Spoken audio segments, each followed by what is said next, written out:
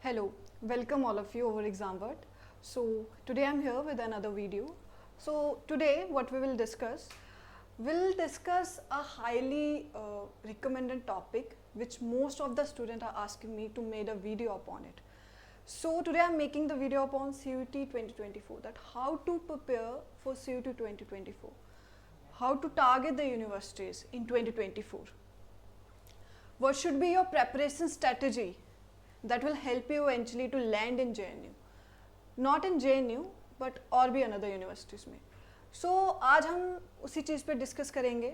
मेरे पास सिलेबस है HUQP18 जो आपका कोड है अब, जिसके थ्रू आप अपना कोड डाल के अपना पेपर भरते हैं और पेपर में बैठते हैं और पेपर में अपेयर होते हैं. सो पहले कुछ जर्नल सी बातें जो हर स्टूडेंट्स को पता होनी चाहिए वो डिस्कस करेंगे. उसके बाद आएंगे बुक्स पे, स्ट्रेटजी पे, नोट्स मेकिंग पे, PYQs पे, एवरीथिंग. पहले कुछ बेसिक सी चीज़ें जो हमें NTA बताता है that you have to follow up. पहला यही है, 100 क्वेश्चन आएंगे पेपर में, 75, 25.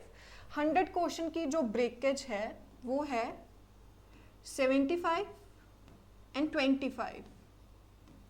ये 75 आपके डोमेन बेस के हैं और ये आपका जर्नल है, journal aptitude.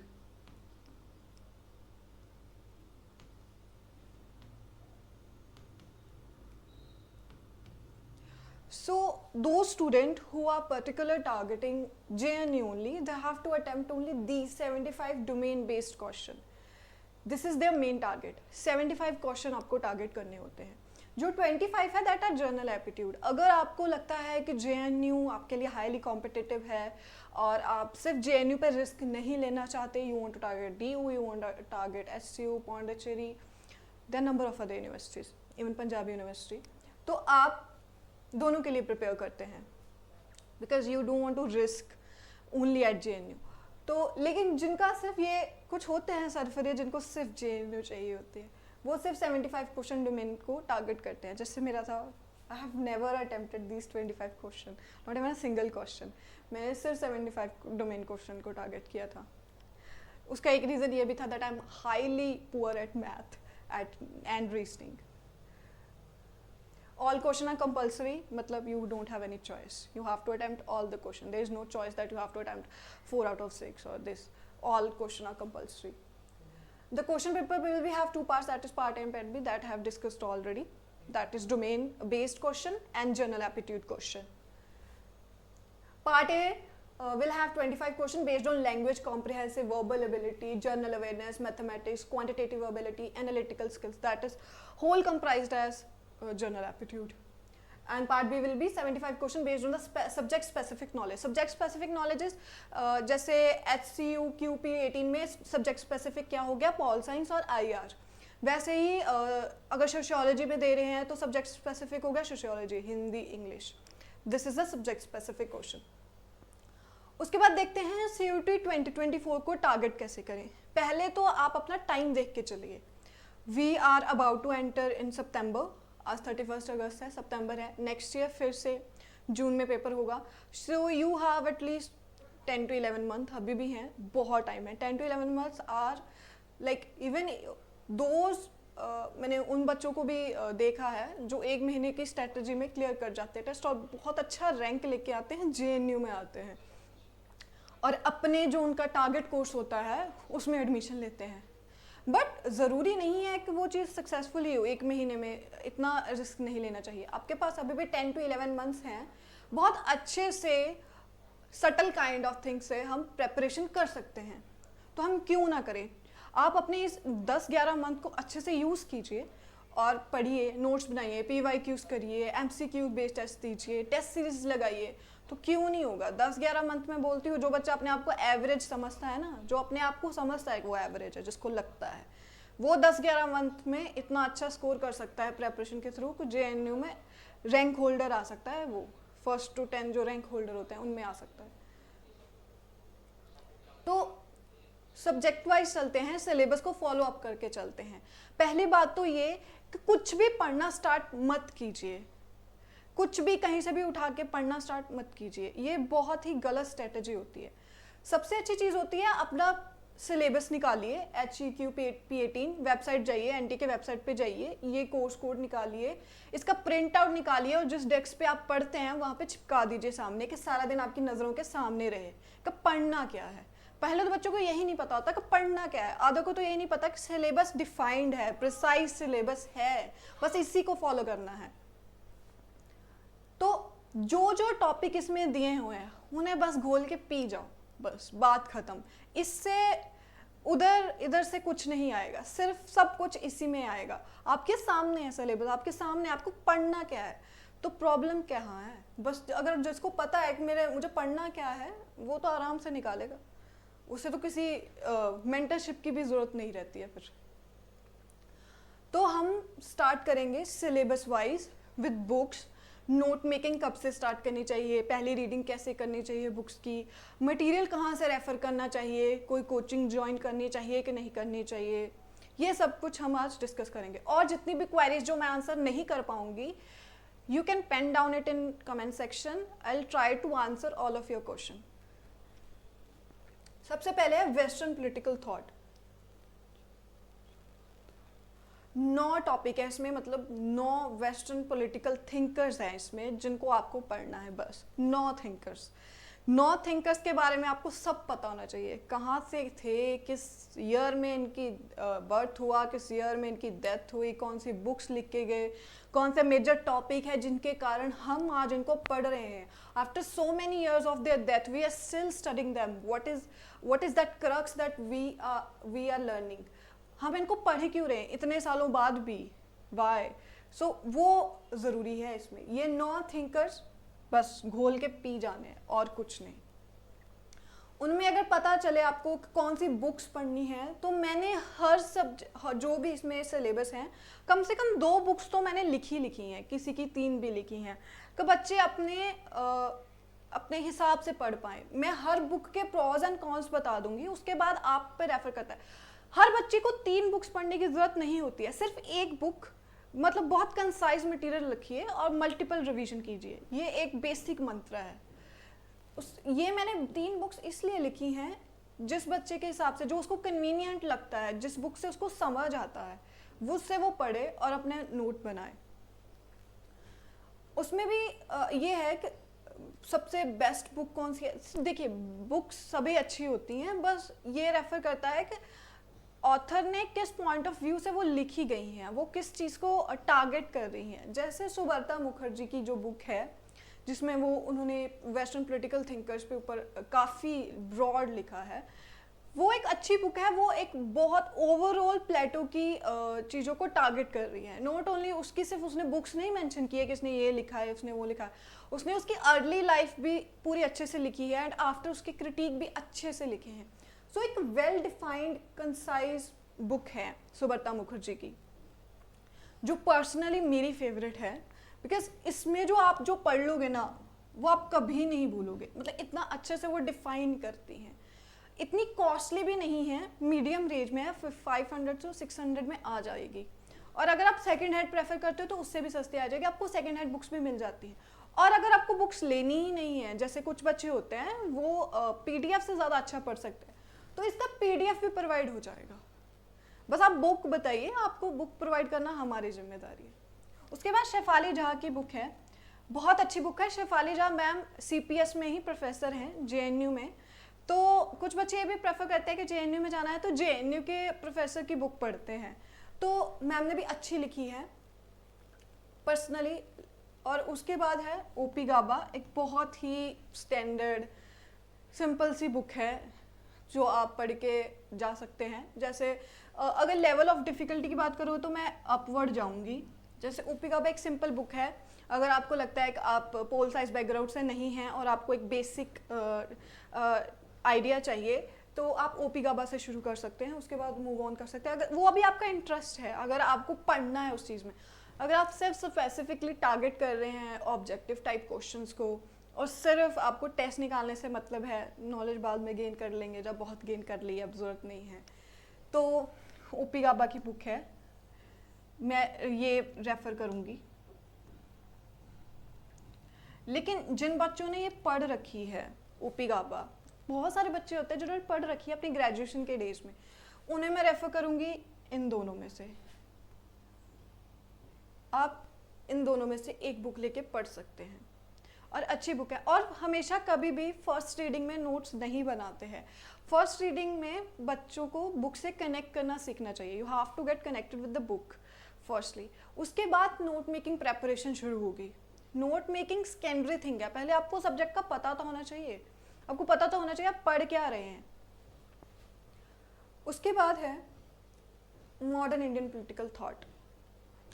Modern Indian political thought इतनी ज़्यादा वेटेज नहीं रखता है as compare to other subject, मतलब अदर टॉपिक्स, लेकिन फिर भी हाँ वेटेज तो है। तो इसमें भी 1 2 3 4 5 थिंकर्स हैं सिर्फ जो रेफ़र किए गए हैं। इनमें से ये एंशियंट थिंकर्स में से आ जाते हैं, बाकी सारे मॉडर्न में आ जाते हैं। सिर्फ एक ही उन्होंने एंशियंट थिंकर लिया, दैट इज़ कौटिल्य। बाकी सारी इंडिपेंडेंस और आफ्टर इंडिपेंडेंस वाले हैं। इनमें 2 बुक हैं जो मैं रेफ़र कर सकती हूँ, जिनमें से अगर आपने एक पढ़ी है तो आप दूसरी पढ़ लीजिए, अगर आपको दूसरी नहीं पढ़नी, आपको एक ही पढ़नी है तो उसकी मल्टीपल रिवीजन कर लीजिए। इसमें एक DK मोहांती की बुक आती है, अच्छी बुक है, और एक OP गाबा की बुक आती है। DK मोहांती भी अच्छा लिखते हैं, लेकिन वो भी उस पर्सपेक्टिव से अच्छा लिखते हैं कि इन थिंकर्स के जो पर्टिकुलर थॉट थे, DK मोहांती उनके बारे में ज़्यादा लिखते हैं रादर देन उनकी हिस्ट्री के बारे में, जैसे कि उन्होंने क्या किया, कौन से कहाँ गए, इसके बारे में वो कम रेफ़र करते हैं। वो उनके पर्टिकुलर थॉट को टारगेट करते हैं कि उनका सोच कैसी थी, वो क्या सोचते थे। तो ये बुक उस चीज़ पे है। OP गाबा की बुक एक स्टैंडर्ड बुक है, वही आपको उनकी मेन बुक्स मिल जाएंगी, उनके अर्ली लाइफ हैपनिंग्स, उनके लाइफ में क्या क्या चेंज आए, इस चीज़ पे मिल जाएगी। तो आई वुड रेफर कि आप इसमें भी OP गाबा ही रेफ़र करें अगर आप ज़्यादा पढ़ना नहीं चाहते और आपको सिर्फ ऑब्जेक्टिव टाइप क्वेश्चन ही टारगेट करने हैं, तो ये बुक अच्छी है, आप पढ़ सकते हैं। और वही बात है पहले रीड में, डोंट मेक नोट्स। नेक्स्ट है पॉलिटिकल थ्योरी। ये एक हाईली जिसकी बहुत हाईली वेटेज है पेपर में, ये एक वो टॉपिक है, you can not afford to miss it. आपको इसको तो ये जो इसमें जितने भी कंसेप्ट लिखे गए हैं ना, 3 6 7 8, ये बस पी जाने हैं घोल के, ये मिस नहीं होने चाहिए। कुछ भी मिस कर लो, ये मिस नहीं होने चाहिए। सबसे ज़्यादा वेटेज 2-3 जो इसमें टॉपिक्स है जिनकी वेटेज सबसे ज़्यादा रहती है। हमारे पास 3 आज तक CUT के PYQs है, 2021, 2022 और 2023। 2021 का जो PYQ है उसमें JNU नहीं थी। वो हमारे पास एक बेसिक है, पहली बार CUT ने जब अपना पेपर बनाया था PG स्टूडेंट्स के लिए तो कैसा बनाया था, वो है 2021 में, उसमें JNU नहीं थी। 2022 में JNU थी, जिसमें पहली बार चीज़ टेस्ट करेगी एक ब्रॉड लेवल, मास लेवल पे, अगर CUT हो PG के लिए तो कैसा होगा, जिसमें पहली बार JNU आई, और 2023 इस बार। तो हमारे पास 3 PYQs है जिससे एनालिसिस करके ये पता चलता है कि कौन से सब्जेक्ट की वेटेज बढ़ रही है, किसकी घट रही है, कौन स्टेटिक पे है। तो अगर देखा जाए तो 3 जो टॉपिक है जिनकी वेटेज सबसे ज़्यादा रहती है, एक है पॉलिटिकल थ्योरी, दूसरा है इंटरनेशनल रिलेशंस, और तीसरा है Indian polity, that is Laxmikanth वाला सारा मटेरियल। ये 3 चीज़ें हैं जिनकी वेटेज सबसे ज़्यादा है, जो हाईली टारगेट है, जो मेजर 50% चंक है। ये 3 पोर्शन 50% चंक कवर करते हैं, रेस्ट 50% करते हैं, 50% से ज़्यादा ही करते होंगे ये 3 पोर्शन एटलीस्ट।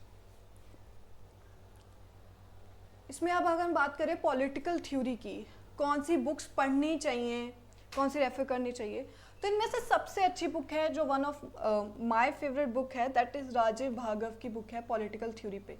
ये एक ऐसी बुक है जिसमें आप पॉलिटिकल थ्योरी और वेस्टर्न पॉलिटिकल थॉट दोनों को टारगेट करके चलेंगे, even not western political thought, Indian political thought भी। तो इस बुक की खासियत ये है कि अगर आपको वेस्टर्न पॉलिटिकल थॉट, थिंकर्स और उनकी थिंकर्स दोनों को इकट्ठे पढ़ना है, थ्योरी और थिंकर्स को, तो ये बुक सबसे अच्छी बुक है राजीव भार्गव की बुक। जैसे कि इसमें जब लिबर्टी का कंसेप्ट आता है तो पहले लिबर्टी एक्सप्लेन होती है, उसके बाद लिबर्टी पे जिन जिन थिंकर्स ने काम किया है उन थिंकर्स के बारे में वो बताता है। लिबर्टी पे पहले जेएस मिल की बात आती है, लिबर्टी मैरी वॉलस्टोनक्राफ्ट की बात आती है, वो कैसे लिबर्टी को देखती थी। तो आपके थिंकर्स भी टारगेट हो जाएंगे, आपकी थ्योरी भी टारगेट हो जाएगी। ये एक बुक है जो इतनी सारी चीज़ें कैरी करके चलती है। सो ये मस्ट बुक है, हर बच्चे के पास तो होनी ही चाहिए। और one of the best book है जो ये लिखी गई है। इसमें मल्टीपल चैप्टर्स हैं जो मल्टीपल ऑथर्स ने लिखी है। इसमें आपको फेमिनिज्म पे निवेदिता मेनन का टॉपिक मिल जाएगा, लिबर्टी पे किसी और का मिल जाएगा, जहाँ ऐसे ऐसे हैं, वीके मेनन का मिल जाएगा, बहुत सारे हैं। उसके बाद है ओपी गाबा की बुक आती है, कंसेप्ट ऑफ इसमें पॉलिटिकल थ्योरी में। अच्छी बुक है, बहुत ही सिंपल सी बुक है, आपको ज़्यादा इधर उधर होश पोश नहीं करना है तो ये बुक पढ़ सकते हैं। जैसे I would recommend Rajeev Bhargava, ये आपकी पॉलिटिकल थ्योरी भी कवर करेगी, आपका थॉट भी कवर करेगी। तो एक बुक है जो 3 पोर्शन कवर कर जाती है और अच्छी बुक है। उसके बाद इंटरनेशनल रिलेशन, ये भी एक मेजर चंक है जो पूरा पेपर कवर कर लेता है, क्योंकि इसके बहुत सारे क्वेश्चन वेटेज के हिसाब से देखा जाए तो ये जो मैंने आपको पहले भी मेंशन किया है 50% ये 3 चीज़ें टारगेट करते हैं। इंटरनेशनल रिलेशन में 5 ही टॉपिक हैं, मतलब ज़्यादा नहीं है, 5 टॉपिक, उनमें सब टॉपिक हैं जो आपको पढ़ने पड़ेंगे।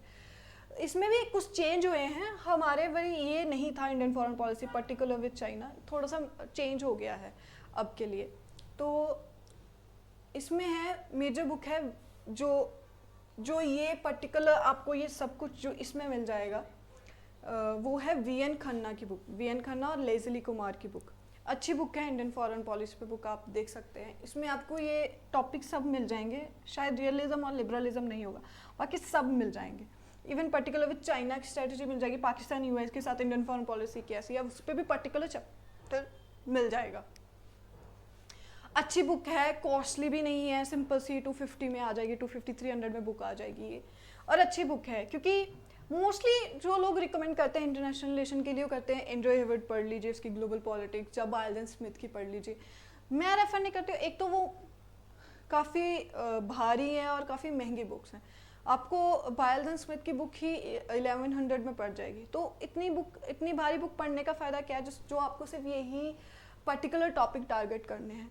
तो आप ये बुक लीजिए, रियलिज्म लिबरलिज्म के बुक आपको ई ज्ञान कोश पे मिल जाएंगे, तो एक बुक लीजिए, वो सब करिए। ये एंड्रयू हेवर्ड अगर आप पढ़ सकते हैं, अगर आपको शौक है, आपको पढ़ना है, आपको अदर इन्फॉर्मेशन भी चाहिए, तो आप एंड्रयू हेवर्ड ले सकते हैं। वो उसके भी वेरी सिलेक्टिव चैप्टर्स आपको पढ़ने पड़ेंगे, सारे बुक मत पढ़िए। वैसे मैं रेफ़र नहीं करूँगी क्योंकि काफ़ी मतलब कॉस्टली बुक भी है ये। आप ये बुक लीजिए और ये पढ़िए, इसमें पर्टिकुलर चैप्टर जो आपको हैं वो मिल जाएंगे और अच्छी बुक है। मैंने अपने ग्रेजुएशन डेज में ये बुक पढ़ी थी, वीएन खन्ना की। अगर आप वीएन खन्ना की अगर आपको सॉफ्ट कॉपी से आप अच्छे से नहीं पढ़ सकते तो हार्ड कॉपीज़ की ले लीजिए। सॉफ्ट कॉपी के लिए आप एंड्रयू हेवर्ड या बायलन स्मिथ की ले सकते हैं। उसमें बायलन स्मिथ और एंड्रयू हेवर्ड में भी मैं ये करूँगी कि आप एंड्रयू हेवर्ड लीजिए, उसमें भी बहुत सिलेक्टिव चैप्टर्स, सारे चैप्टर्स पढ़ने की ज़रूरत नहीं है। फिर उसके बाद आपकी मर्ज़ी है, आपको पढ़ने आप पढ़ सकते हैं। उसके बाद Indian government politics, major chunk, मतलब सबसे बड़ा पोर्शन सिलेबस का और जिससे सबसे ज़्यादा क्वेश्चन आते हैं। तो आई डोंट नो, लक्ष्मीकांत जिसको हम बोलते हैं, मतलब बाइबल ऑफ इंडियन पॉलिटी, इसके सिवाय कौन सी ही बुक है जो आपको अच्छे से जिसमें आपको ये सारा मटेरियल अच्छे से मिल जाएगा। लक्ष्मीकांत में भी सब मत पढ़िए, जो टॉपिक इसमें मेंशन है बस वही पढ़िए, ज़्यादा इधर उधर पढ़ने की ज़रूरत नहीं है, क्योंकि लक्ष्मीकांत भी बहुत भारी बुक है, उसमें बहुत ज़्यादा मटेरियल है। तो सारा मटेरियल पढ़ने की ज़रूरत क्यों है अगर आपको ऑब्जेक्टिव टाइप क्वेश्चन ही टारगेट करने हैं। तो जो इसमें मेंशन है उन्हें पढ़िए, उनके एमसीक्यूज लगाइए और बार बार पढ़िए, मल्टीपल रिवीजन करिए। लक्ष्मीकांत मोर देन इनफ है इस पोर्शन को कवर करने के लिए। अगर आप मेरे से रिकमेंडेशन मांगेंगे that any other book other than Laxmikanth, तो एक और अच्छी बुक आती है, तो डीडी बासु की बुक आती है, वो भी अच्छी है, लेकिन फिर वो बहुत ज़्यादा वास्ट हो जाती है, ब्रॉड है।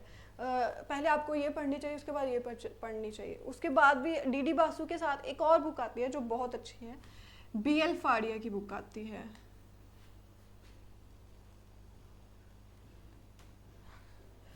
No doubt B L Fadia एक बहुत अच्छी बुक है। अगर आपको इन्हीं कंसेप्ट को थोड़ा सा डीप अंडरस्टैंडिंग से पढ़ना है रेदर देन ओनली फैक्चुअल, आपको उसकी थ्योरेटिकल नॉलेज भी चाहिए, तो B L Fadia is very good book. But अगर आपको वो चीज़ नहीं चाहिए, आपको सिर्फ ऑब्जेक्टिव टाइप क्वेश्चन टारगेट करने हैं, तो मैं हाईली रिकमेंड करूँगी लक्ष्मीकांत, हाईली।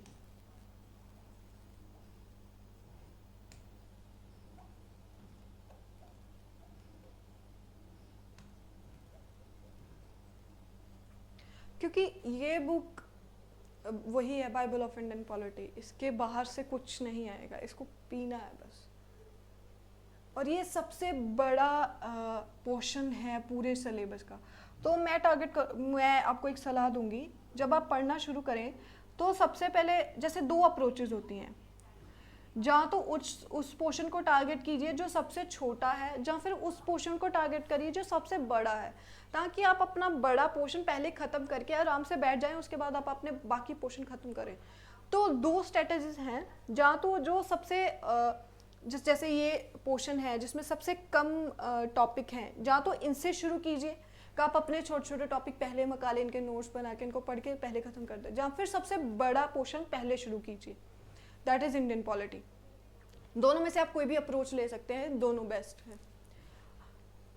उसके बाद अगर बात करें कंपैरेटिव गवर्नमेंट पॉलिटिक्स की, 5 टॉपिक हैं, इतना पोर्शन कवर नहीं होता है, बट स्टिल काफ़ी इम्पॉर्टेंट पोर्शन है। तो इसके लिए कोई स्टैंडर्डाइज बुक मैं नहीं रेफर करूँगी पढ़ने के लिए, बिकॉज आपको सब कुछ एक ही बुक में नहीं मिलेगा। तो आई वुड रिकमेंड इस पर आप ई ज्ञान कोश का मटीरियल है वो यूज़ कर सकते हैं, फ्री मटीरियल है। आप जो सिंपल वेबसाइट पे जाइए और पर्टिकुलर टॉपिक टाइप कीजिए गूगल पे जाके, जैसे पॉलिटिकल कल्चर, और साथ में लिख दीजिए ई ज्ञान कोश। बस हर टॉपिक के साथ आपको गूगल पे जाना है, पर्टिकुलर टॉपिक लिखना है और उसके साथ लिख देना ई ज्ञान कोश, बस बात ख़त्म। इससे ज़्यादा कुछ नहीं करना है। फ्री मटेरियल है, बहुत अच्छे से प्रिपेयर्ड मटेरियल है, आप आराम से उसको पढ़ के, अगर आपको उसकी फ़ोटोकॉपी निकालनी है निकाल लीजिए, 3-4 पेजेस का होता है, उससे ज़्यादा नहीं होता है मटेरियल पर्टिकुलर टॉपिक पे। और अगर आप सॉफ्ट कॉपी से पढ़ सकते हैं तो सॉफ्ट कॉपी से पढ़ लीजिए। Public policies in India and general issues of contemporary relevance, इसके लिए भी मैं देखिए 3 और 3 6 है, इसके लिए मैं रेफर करूँगी ई ज्ञान कोश का मटेरियल।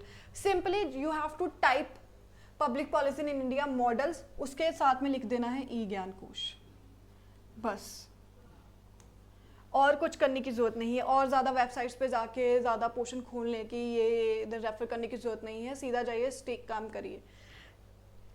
इन 6 टॉपिक के लिए मैं यही रेफर करूँगी, आप सीधा ई ज्ञान कोश पे जाइए और ये मटेरियल डाउनलोड कर लीजिए, इधर थ्रू हार्ड कॉपी और soft copy, whatever you are comfortable with. So ये बात हो गई हमारे अब मटेरियल की। इनमें से अगर आपको बताना हो कि दैट आपको 3 पोर्शंस जो आपको टारगेट करके चलने हैं, जिनका आप एक भी क्वेश्चन छोड़ना अफोर्ड नहीं कर सकते, if you are targeting central university of India of tier 1, तो 3 टॉपिक हैं इसी में जो आप अफोर्ड नहीं कर सकते छोड़ना। पहला है IR, that is international relation, दूसरा है political theory PT, and third है Indian polity, that is IP। ये 3 आप छोड़ना अफोर्ड नहीं कर सकते, इवन एक भी क्वेश्चन छोड़ना अफोर्ड नहीं कर सकते। इनका जो भी मटेरियल, जो भी टॉपिक मेंशन है, आपको एक एक टॉपिक पे अच्छे से पढ़ना पड़ेगा। अगर आप इन तीनों को कर जाते हैं तो 75 में से 45 क्वेश्चन तो कहीं नहीं गए हैं। 45 क्वेश्चन ये आराम से टारगेट करेंगी, और ये मैं ऐसे नहीं बोल रही हूँ, पर्टिकुलर 3 जो हमारे PYQs हैं CUT के, उनका एनालिसिस के बेसिस पे बोल रही हूँ। 45 क्वेश्चन यही पोर्शन चंक बनाता है, 40 से 45 क्वेश्चन यही चंक कवर करता है, बाकी रेस्ट ऑफ द क्वेश्चंस बाकी पोर्शन कवर करते हैं। तो इन तीनों को टारगेट ज़रूर कीजिए। इन पे जो मैंने बुक्स रिकमेंड की है, जो मैंने हाईली रेफ़र की हैं बुक्स, वही पढ़िए। अगर आप वो नहीं पढ़ सकते हैं, अगर आप अफोर्ड नहीं कर सकते उनको लेना हार्ड कॉपी, तो उनकी सॉफ्ट कॉपी पढ़ लीजिए. आजकल नेट हर किसी के पास है, use it wisely, download the books and read them, simple. और उसमें पहली बार है, उसमें जो आपको डूज करने हैं, फर्स्टली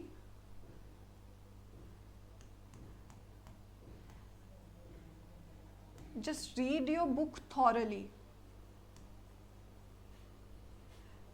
ठीक है, इसमें just read books thoroughly. You don't have to make notes in your very first reading. That is totally kind of strategy that won't work in the long term. Second rule है start note making.